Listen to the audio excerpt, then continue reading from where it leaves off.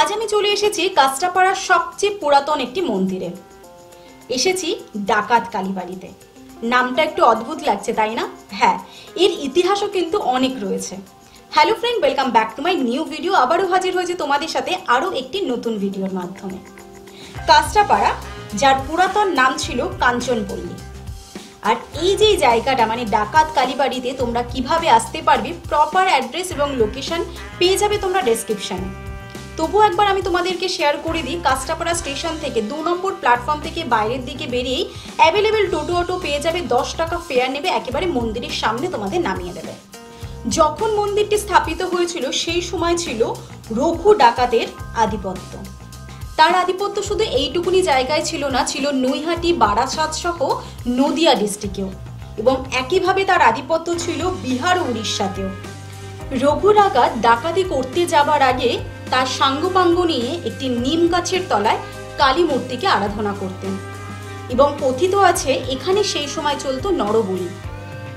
এই মন্দিরের নিচেই কিন্তু রয়েছে 2-3টে সুড়ঙ্গ পথ, যে সুড়ঙ্গ পথের দৈর্ঘ্য প্রায় 10 কিলোমিটার বা 7 কিলোমিটারেরও বেশি, এবং সেই সুড়ঙ্গ পথ ধরেই রঘু ডাকাত এবং তার দলবল ফিরতেন ডাকাতি করে।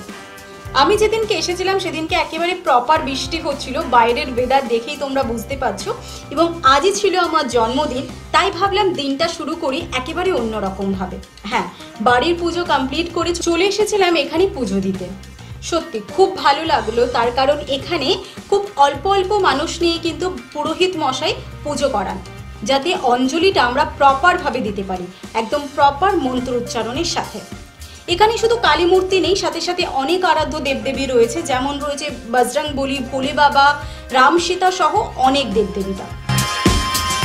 ভিডিওটি ভালো লাগলে লাইক শেয়ার করতে ভুলবে না। চ্যানেলে নতুন হলে অবশ্যই কিন্তু সাবস্ক্রাইব করে দিও। ইউটিউবে সাবস্ক্রিপশন একদম ফ্রি। তোমরা চাইলে আমাকে ফলো করতে পারো ইনস্টাগ্রাম এবং ফেসবুক পেজে, যেটার লিংক আমি তোমাদেরকে শেয়ার করে দেবো নিচে ডেসক্রিপশনে। রঘুনাথ ডাকাত একটি নিম গাছের তলায় কিন্তু কালী মাতাকে আরাধনা করতেন। পরবর্তীকালে মানে 1860 খ্রিস্টাব্দে গোরখপুর থেকে এক পণ্ডিত আসেন, এবং তিনি এসে এই দক্ষিণামুখী মন্দিরটি স্থাপন করেন, পঞ্চরত্ন শৈলী শিখর সহ এই কালী মন্দিরটি। সত্যি বহু প্রাচীন একটি মন্দির, এবং এখানে এলে তোমাদের খুবই ভালো লাগবে। এখানে প্রতি অমাবস্যায় বড় করে কালী পুজো হয়, সাথে সাথে বজরংবলীর পুজো হয়, সাথে শিবরাত্রির পুজো হয়, সমস্ত কিছু নিয়ে কিন্তু অনেক বড় বড় অনুষ্ঠান এখানে হয়। আমি এসেছিলাম একেবারে 9টা সাড়ে 9টার দিকে, এসে একেবারে প্রপারভাবে পুজো করতে পেরেছি, ভীষণ ভালো লেগেছে। দিনের শুরুটা কিন্তু আমার বেশ ভালো কেটেছে।